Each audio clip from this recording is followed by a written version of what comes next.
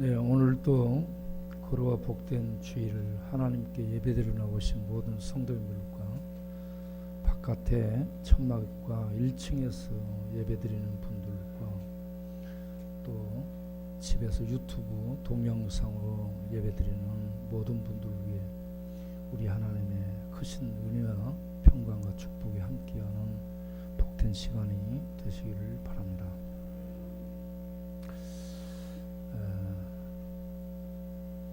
엊그제 우리 많은 우리들하고 많은 관계를 갖고 일도 했던 박원순 시장이 자살을 하시고 돌아가셨어요. 이 문제를 생각하면서 참 인간 허무하다라는 생각을 많이 하게 됐습니다. 제가 찾아보니까 2012년에 우리들하고 협약을 맺고 쪽방촌에 리모델링 공사를 2년에 걸쳐서 하게 됐죠. 그때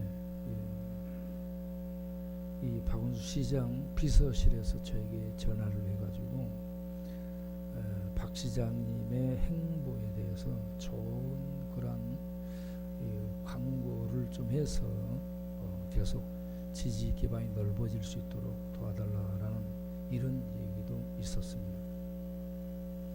그리고 사람들 앞에서 무슨 얘기를 하실 때 영북 광약교회 임명희 목사님의 리더십을 좀 주목해서 보시기 바랍니다 하면서 저를 많이 칭찬하고 그랬습니다. 그리고 한때는 또 식사에 초대해 가지고 우리 김영욱 소장과 같이 가서 밥을 먹고 저를 바로 자기하고 겸하는 상 앞에 저를 앉히고 밥 먹기도 하고 그렇게 했었습니다. 그리고 금년 들어서 1월 달에 29일에 시청 초청 기도회에 제가 참석을 해서 그곳에서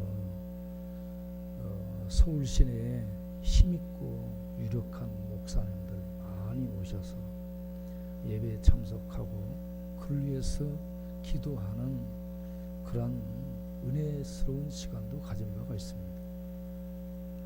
거기에 나와서 축사도 하시고 또 많은 사람 중에 저하고는 특별한 인연이 있기 때문에 서로 기쁨으로 인사도 나누고 그랬었습니다. 그런 사람이 이렇게 갑작스럽게 돌아가시게 되자 참 허무하다라는 생각을 많이 하게 됐습니다. 원인을 추적해 보니까 직접적인 원인은 여비서의 성추행 문제가 논란이 되고 이게 이제 밝혀지게 되니까 이분이 청렴 결백과 어떤 이 공인으로서 도덕심을 귀히 여겼고 명예를 존중했던 사람인지라 그러한 수치를 견딜 수 없게 생각하고 자기가 판단했다고 봅니다. 너는 있어서는 안 될 놈이야 라고 자기가 판단해서 자기를 죽였다라고 볼 수 있습니다. 자살은 자기를 죽이는 것이잖아요. 이게 어떻게 보면은 양심적이고 깨끗한 그러한 모습이라고 볼 수 있죠. 노무현 전 대통령도 그렇게 해서 자기 몸을 던진 바가 있습니다. 거기는 사회적 불의에 항거해서 그렇게 자기 몸을 던진 사람이고요. 이분은 성추행 문제가 드러나면서 그 자기에 대한 자기가 수치스러움을 견딜 수 없다 생각하고 자기를 던진 그러한 예라고 볼 수가 있겠습니다. 그런데 꼭 그것만이 그가 죽은 이유였을까? 그런 생각과 함께 또 다른 부분을 추적을 해봤습니다. 그래서 2014년에 동성애 문제로 LA를 방문하면서 그가 한 해외에서 발언이 문제가 됐었다고 생각합니다. 그걸 한번 보여주도록 하세요. 제가 그 사진을 발췌해가지고 그 내용을 이렇게 다시 확인을 해봤습니다. 박원순 한국 동성결혼합법화 첫 번째 나라가 됐으면 이라고 밑에 작은 글씨들을 내용을 확대해서 보게 되면 대만보다 아시아에서 먼저 동성애 인정하는 법적으로 이렇게 인정하는 그런 나라가 됐으면 하는 바람을 갖고 발언을 했다라고 얘기를 하고 여러 다른 신문들도 얘기를 하고 있습니다. 이 보도가 대한민국에 퍼지고 미국 전역에 퍼지게 되죠. 그때부터 우리가 기도를 하기 시작하죠. 박원순 시장에서 물러가라. 박원순이 대권을 잡는다? 이거는 말도 안 된다. 박원순 시장에서 물러날 뿐만 아니라 대권에도 나갈 수 없게 해달라고 기도를 했죠. 그런데 그의 행보는 시청 앞 퀴어 축제를 허용해 주는 것으로 계속 동성애를 지지하는 이런 쪽으로 나아갔습니다. 그래서 교회가 시청 앞에 퀴어 축제하는 그 옆에 모여가지고 박원순 시장에 대한 규탄과 박원순 시장이 물러갈 것과 이 동성애가 무너질 것을 얼마나 기도하고 그리고 이게 이슈화돼서 각 교회가 모일 때마다 이런 기도하고 거기에 힘을 싣고 있는 장본인 그들이 힘을 잃고 중요한 요직에서 물러나도록 하는 기도를 얼마나 많이 했는가. 여러분 그 기도를 하나님이 들으신 줄로 아시기 바랍니다. 그냥 두면 안 되는 겁니다.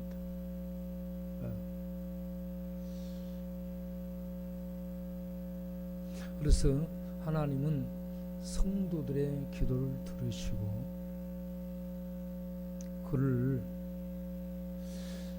이러한 여비서 성추행 사건을 드러내므로 그가 견딜 수 없게 만들어서 그를 이렇게 가도록 하나님이 섭리하셨다라고 우리는 결론을 내릴 수밖에 없는 그런 생각입니다. 그래서 오늘 본문을 이사야를 우리가 36장에서 이사야 계속 읽고 있는데 36장에서 39장까지는 히스기야 왕에 대한 개인적인 내용을 다루고 있습니다. 이사야 1장부터 66장까지 전체 내용이 심판과 40장 이후 이스라엘 회복에 대한 예언들로 이루어져 있습니다. 앞부분은 심판이요. 그 중간중간에 구원을 얘기하지만 뒷부분은 구원 회복을 얘기를 다루는 그 중간에 히스기야 왕에 대한 개인적인 내용이 들어가 있어요. 이게 뭔가 전체적인 내용과 히스기야가 무슨 상관이 있어서 이 속에 넣어놨는가. 마치 다리처럼 연결하는 앞에 심판과 뒤에 구원 회복을 연결해주는 다리처럼 히스기야 왕의 내용을 삽입을 해놨습니다.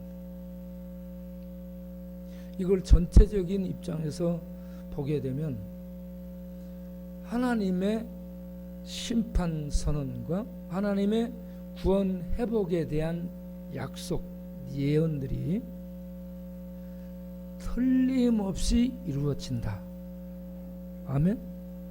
그 실제적인 역사 속에서 실제적으로 이루어지는 사실이라는 것을 히스기야 왕의 실제적인 내용을 다루면서 이런 속에서 히스기야가 기도를 했을 때 하나님이 이렇게 히스기야를 구원해주고 살려준 역사적 내용이 실제인 것처럼 하나님은 온 우주에 대한, 온 세상 열방에 대한 심판한 것과 심판을 선언한 것과 이스라엘의 구원과 회복에 대한 약속을 예언한 것이 그대로 이루어질 것이라는 것을 히스기야 왕 사건을 통해 말씀하고 있음을 아시기 바랍니다. 하나님의 약속은 공허한 정치인의 이 공약이 아니고 살아계신 하나님의 선언입니다. 하나님이 어떤 분인가 하는 것을 말씀합니다. 하나님은 이 내용들을 다루면서 천지 만물을 주관하시는 주권자가 이스라엘의 거룩한 자, 그룹들 사이에 좌정하신 분이라고 선포를 하고 있습니다. 이 말씀, 거룩하다라는 말씀과 이스라엘의 거룩한 자, 그룹 사이에 좌정하셨다, 이 말은 초월에 계신 신이라는 의미고요. 거룩하다는 말은 이 세상에 있는 금, 은, 돌, 석, 목으로 만든 우상들과 완전히 다른 분이라는 얘기입니다. 이 땅에 있는 그런 신상들, 신이라는 것들은 실제로는 신이 아니라는 얘기입니다. 하나님만이 거룩한 신, 하나님만이 그룹사에 좌정하신 그분이 만군의 여호와, 만군의 여호와 하나님, 이렇게 이사야를 통해서 말씀을 하고 있습니다. 만군의 여호와, 여호와는 하나님의 신명이죠. 스스로 존재하신다는 하나님이 모세에게 밝혀주신 신명, 거룩하신 하나님의 본래 이름을 여호와, 야훼로 이렇게 밝혀주고 있죠. 그런데 그 하나님은 만군, 하늘에 있는 만군은 천체, 별, 해, 달, 바람, 우박, 구름, 이런 모든 것들을 하나님의 군대라고 말하죠. 보이지 않는 천군 천사 무리까지 합쳐서 모든 천군 천사, 하늘의 만상 만물들을 하나님의 군대로 지배하고 다스리는 만군의 여호와, 그 하나님이 뭐냐 하면은 엘로힘이라고 말씀을 합니다. 자, 히스기야가 이 사네립 아수르 대왕의 이 공격을 받은 그런 상태. 이때가 언제냐? 기원전 701년입니다. 기원전 701년에 아수르 사네립이 1차 침공을 했어요. 그래서 유다 46개 성읍을 정복하고 2만여 명의 이 힘있는 유력자들을 포로로 잡아가는 이런 상황 속에 조공을 바치겠다라고 1차 화해를 하게 됩니다. 그런데 사네립이 돌아간 다음에 그 약속을 깨버리고 다시 침략을 하게 됩니다. 이게 2차 침공인데 701년에 이런 2차 침공을 직면해서 이제 유다의 예루살렘 성을 무너뜨리게 아수르 사네립 대군이 이렇게 주변을 에워싸고 공격의 그 수위를 높여오고 있는 상황이죠. 그리고 그의 총관인 랍사게가 이스라엘 백성들이 다 들을 수 있는 위치에서 이스라엘 유다 말로, 아람 말로 해달라는 국내 대신 엘리야킴, 이러한 중요한 고관들이 찾아가서 부탁하죠. 우리에게만 들릴 수 있도록 아람 말로 해주시고, 유다 사람들이 듣는 유다 말로는 히브리 말로 하지 말아달라고 부탁하죠. 그러니까 랍사게가 잽싸게 야, 그게 무슨 말이냐? 내가 너희들에게만 말하러 왔니? 너희 백성들에게 말하러 왔어. 집어쳐 해놓고 백성들에게 쫙 얘기를 하죠. 그게 36장 7절에 있습니다. 앞에 이사야 36장 7절을 보면, 예? 혹시 네가 내게 이르기를 우리는 우리 하나님 여호와를 신뢰하노라 하리라마는 그의 산당과 제단을 히스기야가 재버리고 유다와 예루살렘에게 명령하기를 너희는 이 제단 앞에서만 예배하던 그 신이 아니냐 하면서 하나님에 대한 모독을 하기 시작하죠. 하나님의 신을, 이 신의 이름을 거론하면서 이스라엘 백성을 완전히 모독합니다. 그리고 15절부터, 이사야 36장 15절부터 히스기야가 너희에게 여호와를 신뢰하라 하는 말을 따르지 말라. 그가 말하기를 여호와께서 반드시 우리를 건져주시리라. 이 성이 앗수르 왕의 손에 넘어가지 아니하리라 라고 말할지라도 히스기야 왕의 말을 듣지 말라고 얘기해요. 그러면서 앗수르 왕이 말하기를 너희는 내게 항복하면 산다. 항복하라. 그러면 너희들에게 포도와 무화과와 우물을 마시게 할 것이고 너희 본토에서 일을 해서 곡식 포도주, 포도원 이런 것들을 먹고 살 수 있으리라 라고 얘기를 하고 있습니다. 그러니까 앗수르에게 복종하라라고 얘기합니다. 18절에 혹시 히스기야가 너희에게 이르기를 여호와께서 우리를 건지시리라 할지라도 속지 말라. 열국의 신들 중에, 자, 이스라엘이라는 여호와를 열국의 신들 중에 하나로 평을 하고 있습니다. 똑같이 이방의 신들, 각 나라의 그 신들 중에 한 존재로 생각하죠. 열국의 신들 중에서 자기 땅을 앗수르 왕의 손에서 건진 신이 어디 있느냐? 아무도 없지 않느냐? 너희 신 여호와, 그리고 여호와를 의지하라는 히스기야의 말, 이거 믿고 있지 말라. 그거 믿다가 내일 또 열국이 무너진 것처럼 전부 무너질 테니까 그 말에 선동당하지 말라라고 얘기합니다. 20절에 이 열방의 신들 중에, 여러분 이 나라의 전쟁 같지만 신들의 전쟁이에요. 전부 신들의 전쟁. 열방의 신들 중에 어떤 신이 자기 나라를 내 손에서 건져내었기에 여호와가, 너희들의 신 여호와가 능히 예루살렘을 내 손에서 건지겠느냐?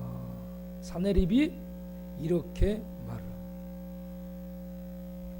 이런 얘기를 듣고 그의 히스기야의 신하들, 22절 hil기야의 아들 국내의 신 엘리야kim, 서기관 셈나, 그리고 사관 요아, 이들이 자기 옷을 찢습니다. 옷을 찢을 때는 뭐요? 최고로 슬프고 분통하고 비참해서 견딜 수 없을 때 옷을 찢음으로 자기 마음을 찢는 것을 나타내요. 미치겠네, 그런 말입니다. 어떻게 하지? 이 분노가 타오르는데 어찌 할 수가 없어요. 이런 얘기를 히스기야에게 보고를 하죠. 그러니까 37장 1절에 히스기야가 그 보고를 듣고 역시 자기 옷을 찢습니다. 그리고 굵은 베옷을 입고 하나님 앞에 어떻게 나요? 하나님 앞에 기도하러 올라갑니다. 이때 우리 군대 얼마야? 아니면 애굽에 어떤 파발마를 보내 도움을 요청해. 이런 것을 인간적인 방법으로 구하지 않고요. 히스기야는 이 위기 상황을 어떻게 극복하기 위해서 행동하는가? 우리는 이걸 주목하고요. 세상이 코로나 재앙으로 온 세상이 어둡고 정치 경제가 딱딱 막히고 하는 일들마다 실패하고 이런 기가 막힌 상황이 됐다 할지라도 예루살렘이 포위당한 상태. 그래서 나중에 뭐라고 얘기해요? 소대변을 먹으리라라고 얘기합니다.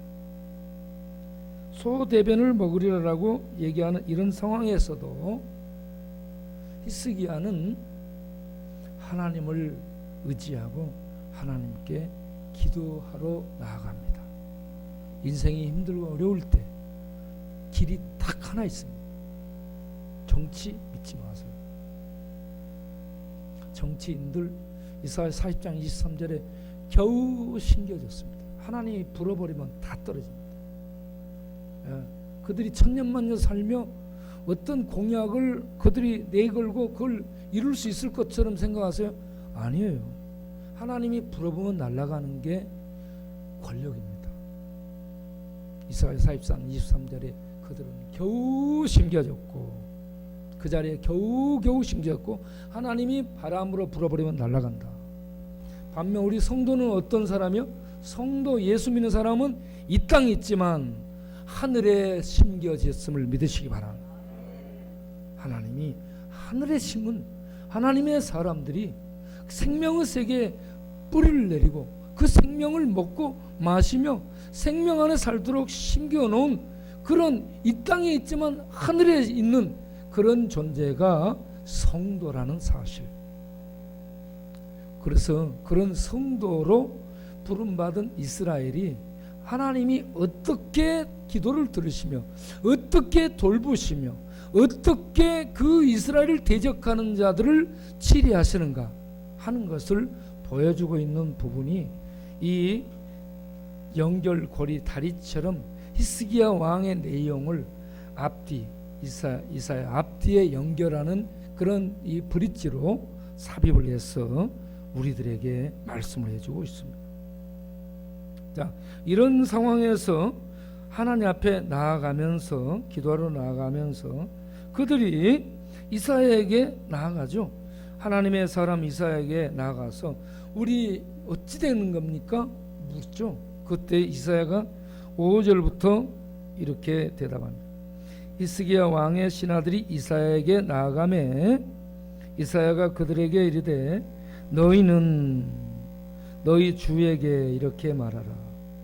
여호와께서 같이 말씀하시되 너희가 들은 바 아수르 왕의 종들이 나를 능욕한 말로 말미암아 두려워하지 말라. 할렐루야. 이스라엘을 그들이 능욕하고 하나님 이스라엘 하나님을 능멸했는데 하나님이 다 들으셨습니다.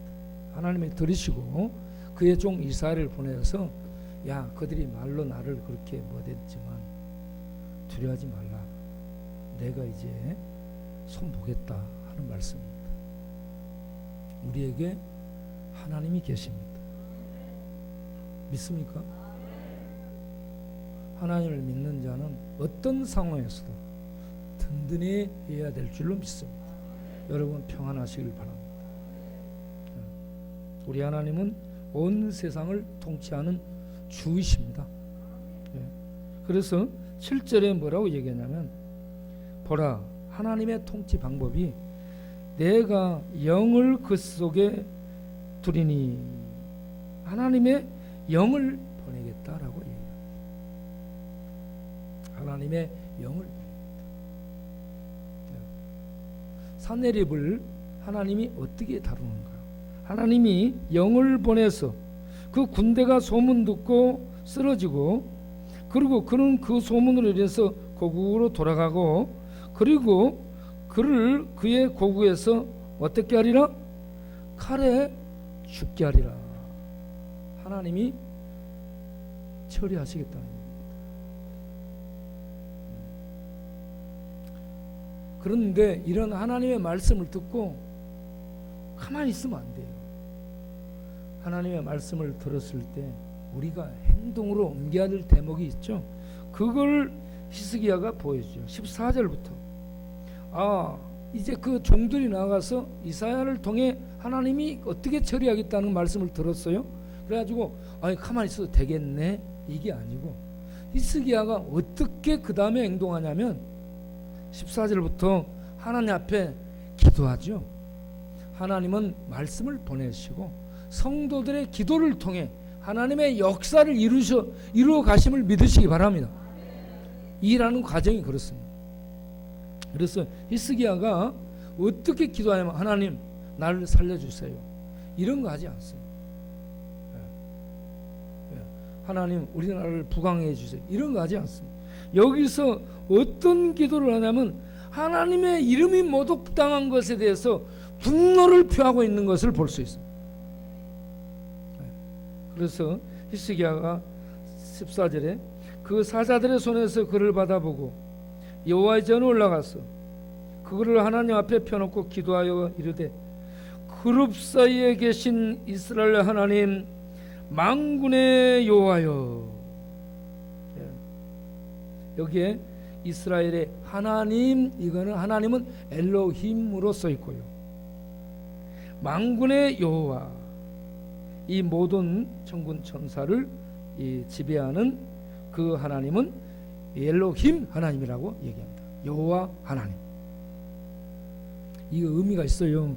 그 밑에를 보게 되면 17절에 여호와여 귀를 기울여 들으시옵소서, 여호와여 눈을 뜨고 보시옵소서, 18절에 여호와여 아수르 왕들의 이렇게 한 걸 보시옵소서, 20절에 올라가 우리 하나님 여호와여 천하 만국이 주만이 여호와이신 줄 알게 하옵소서. 거기서 하나님의 신명을 여호와여 여호와여 여호와여 여호와여 이스라엘의 하나님 여호와여. 모세에게 계시했던 그 하나님은 스스로 계시는 신이라는 얘기입니다. 그러면서 금은 동석 동철목 이러한 그 부족들의 열방의 신들은 신이 아니고 여호와만이 신이심을 외치고 있습니다. 그분은 그 하나님은 어떤 하나님이에요? 여호와는 16절에 이스라엘 하나님 만군의 여호와여, 거기에 하나님 이스라엘 하나님 엘로힘이에요. 그 하나님은 천하 만국의 유일하신 하나님이라. 할렐루야. 하나님 여호와만이 유일한 신이라는 말씀이고요. 그리고 주께서 천지를 만드셨나이다. 할렐루야. 엘로힘 하나님은 여러분 창세기 1장 1절에 엘로힘 하나님이 나오죠. 이 하나님은 고대 근동 다른 나라 일반 이방 나라에서도 그들의 신을 엘로힘이라 했어요. 엘로힘. 그들도 이방 나라 신들도 엘로힘이라 했어요. 그런데 엘로힘이 무슨 차이가 있냐? 여호와 하나님은 스스로 계신 분으로 너희들의 엘로힘과 차이가 무슨 차이가 있냐면 천지를 만드신 분이라. 엘로힘 너희들이 부르고 있는 이방신 너희들의 신은 사람이 만들어 놓은 신에 불과하지만 우리의 하나님 여호와 이스라엘과 언약을 맺은 신 여호와는 천지를 만드신 엘로힘이다. 이걸 강조하고 있어요. 다릅니다. 그래서 이 천지를 만드신 하나님 20절에 우리 하나님 여호와여 이제 우리를 그의 손에서 구원하사 천하 만국이 주만이 여호와이신 줄을 알게 하옵소서. 할렐루야. 이렇게 하나님의 하나님 되심을 증거해 달라고 증명해 달라고 기도를 하게 될 때, 하나님 이름을 영광스럽게 하는 기도를 들을 때 하나님이 21절에 네가 내게 기도하였다, 기도를 들었다는 말씀입니다. 아수르 사네립 왕의 일로 내게 기도하였도다. 하나님이 들으신 거예요. 이사를 보내서 너 내게 기도한 걸 내가 들었다. 그리고 하나님께서 쭉 이제 말씀들을 하시고 35절에 여호와의 사자가 나가서 7절에 내가 영을 그 속에 두리니 아멘. 하나님의 영을 두신다 했는데 하나님의 사자가 이제 출전을 했어요. 하나님의 사자가 번임을 받아 가지고 아수르 진중에 가서 어땠어요? 18만 5천 명을 쳐서 죽였습니다. 하나님이 싸우신 겁니다. 하루 아침에 일어나서 보니 뭐요? 아침에 일찍 일어나 보니 시체가 널브러져 있습니다. 여러분, 하나님이 천하 만민들을 다스리고요, 어떤 사람이 죽음을 당하게 될 때에 하나님의 섭리 아래 있습니다. 개인의 흥망성쇠, 어떤 사람의 살고 죽는 것, 이런 모든 것, 그리고 한 민족의 흥망성쇠, 한 나라의 부국강병, 이런 모든 것이 천지 만물을 만드시고 천하 만국을 지배하시는 하나님 손에 있습니다. 마태복음 10장 23절, 맞나? 29절, 마태복음 10장 29절. 거기에 보면 참새 2마리가 한 앗사련에 팔리는 것이 아니냐. 참새 2마리가 한 앗사련에 팔린다. 한 앗사련은 가장 작은 단위를 얘기해요. 예. 그 데나리온이 1데나리온이 노동자 하루 품삯인데 한 앗사련은 그 하루 품삯의 16분의 1입니다. 그러니까 아주 작은, 그 아주 작은 거 하나에 참새 2마리가 팔리는데, 그런데 이게 누가복음에 보면은 5마리가 2앗사련에 팔린다. 한 마리 웅개꽃으로 준다는 얘기죠. 이렇게 참새가 하찮은 것인데도 뭐라고 돼 있냐면 너희 아버지께서 허락하지 아니하면 한 마리도 안 떨어진다는 얘기예요. 웅개꽃으로 던져주는 이런 참새 한 마리도 하나님의 통치와 섭리 아래에서 이렇게 저렇게 좌우가 된다. 그런데 너희는 내가 머리털까지 다 세고 있는 그런 귀히 여기는 자들인데, 그러면 하나님 머리털 빠진 사람 어떤 사람이에요? 하나님이 냅둬버리는 사람들. 뭔 말이냐? 하나님은 머리털까지 세신다는 것은 기계를 여러분 아무리 써도요, 피검사를 아무리 해도 죄가 안 나와요. 예? 뭐 DNA 뭐 어떤 유전자를 찾아내고 그래도 피검사를 아무리 해도 엑스레이, CT, MRI 피검사 아무리 해도 죄가 안 나옵니다. 거기에 마음 상태 안 나오죠. 안 나오. 죄도 안 나오. 그리고 영혼도 안 보여. 그런데 머리털까지 세는 사람은 아무도 없죠. 그런데 하나님은 이 수많은 사람들의 뭐다? 머리털을 다 센다. 뭔 말이야? 이건 뭐 하나님 할 일이 없으시나? 머리털을 언제 세고 계시지? 하나님은 천지 만물을 만드시고 모든 것을 통치하시고 모든 것을 아신다. 그래서 아수르 사느립 대왕이 랍사게를 보내서 한 말을 하나님이 들으시고요, 하나님 백성 이스라엘 유다를 건드렸어요. 누구를 건든 거예요? 하나님 건든 겁니다. 그래서 하나님이 그 백성의 기도를 들으시고 하나님이 통치하시니까 영을 보내서, 하나님의 사자를 보내서 그냥 치시는 겁니다. 사람들이 우연히 죽는 것 같죠? 박원순 시장이 자살하고 우연히 죽는 것 같죠? 하나님의 통치 아래에서 떨어지는 겁니다. 우연히 죽는 게 아닙니다. 역대하 18장에 한 병사가 우연히 화살을 쐈죠. 우연히, 아무리 이 아방을 찾아도 안 보여. 어디 갔지 하고 쐈는데 그게 날아가서 아방의 갑옷 솔기 이음새를 맞춰서 뚫고 들어가 죽습니다. 부상당해. 우연이 없어요. 그리고 여러분 우리가 만난 이게요, 우연히 만난 게 아니에요. 하나님의 은혜 중에 만났습니다. 그래서 우리가 만난 이 옆 사람, 우리가 만나 현재 이렇게 보고 있는 사람, 오두리 햇반 오두리 백반, 뭐 너무너무 여러분 다 귀한 분들. 네. 그래서 여기에 지금 현재 만나고 있는 여러분들이 지금 아수르 태양, 예? 히틀러, 내가 지금 얘기할 게 많은데 히틀러 뭐 이런 사람들, 아무리 뭐한 사람, 그런 사람들 훨씬 내 앞에 앉아 있는 여러분이 귀한 분들임을 아시기 바랍니다. 요 아수르가요, 아수르 왕 사네립이 이렇게 그 군대가 하루 아침에 18만 5천이 죽은 것을 보고 놀래가지고 돌아가서 37절에 이에 아수르 사네립 왕이 떠나 돌아가서 니느웨에 거주하더니,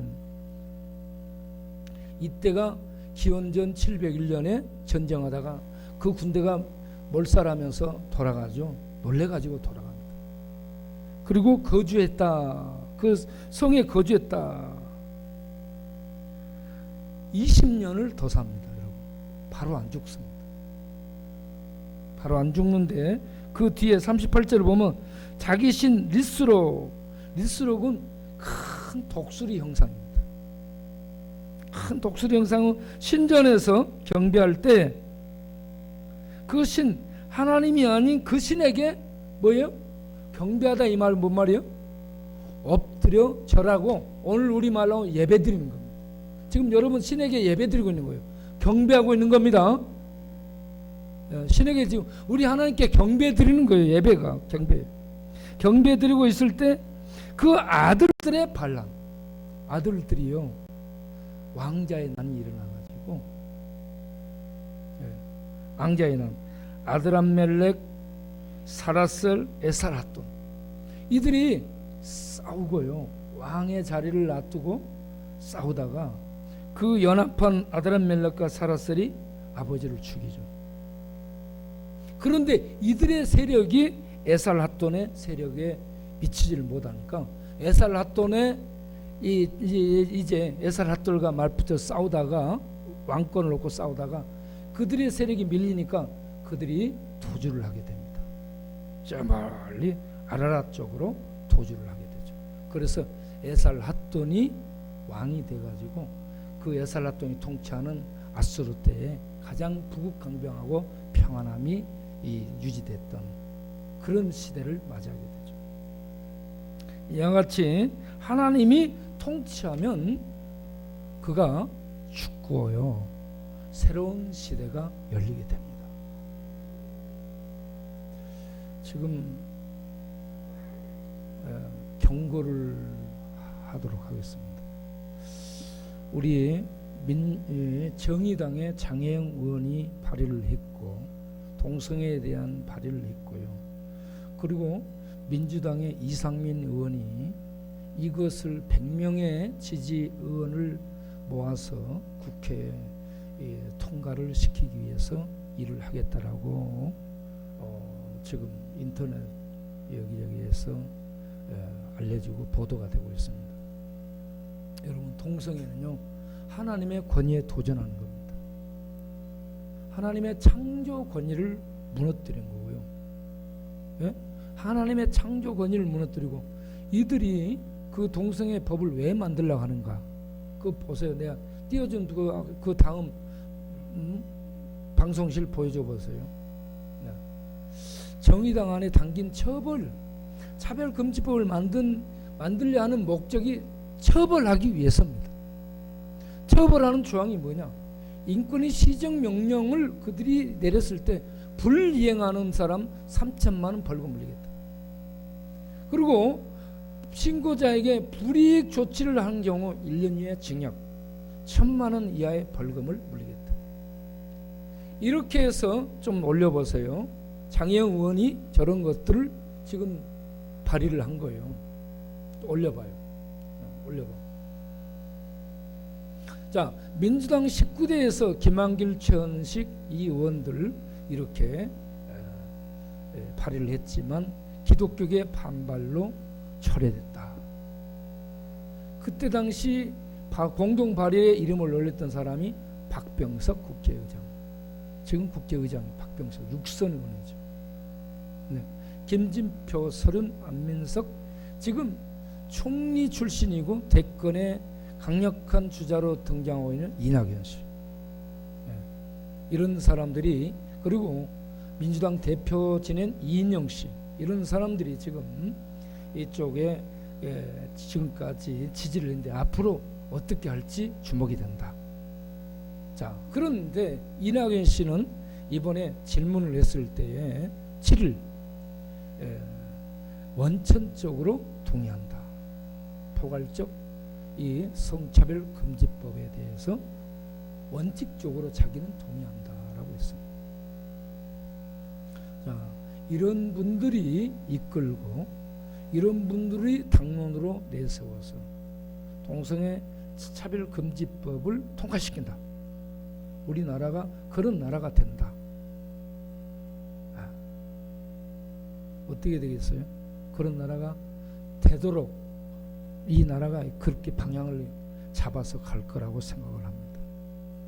그런데 그렇게 이끈 지도자들은 하나님의 권위에 도전했기 때문에 아수르 왕의 사내립, 아수르의 사내립 대왕이 하나님에 의해서 죽임을 당하는 것처럼 박원순 시장이 똑똑한 사람이에요. 우리가 가까이 이것저것 다 알죠. 이렇게 처리한 건 하나님이 통치한 겁니다. 아수르 사내립 왕이 고구로 돌아가서 20년 뒤에 죽습니다. 그때 왕자의 난이 나고, 그래가지고 자식들이 서로 죽이는 이런 비참한 살육전이죠. 살아있는 것보다 못하죠. 하나님의 권위를 도전하고 이렇게 자기를 높이는 사람들, 하나님의 권위 앞에 이 승복을 해야 됩니다.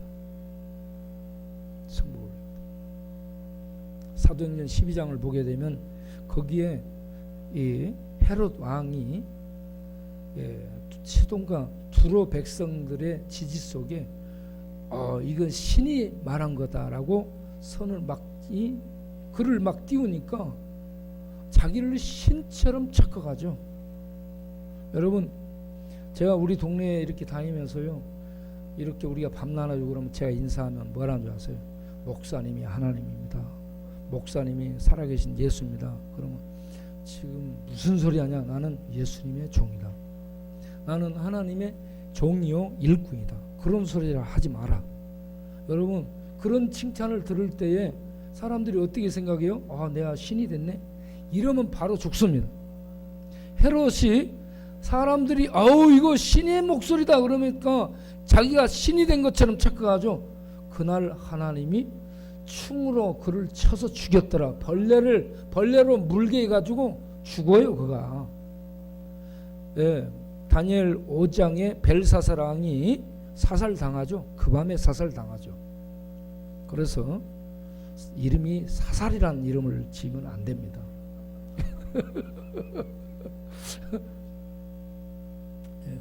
여러분, 우리가 하나님의 이런저런 말씀을 들었을 때 정말 겸손하게 하나님께만 영광 돌려야 됩니다. 하나님의 권위에 도전하면 안 돼요.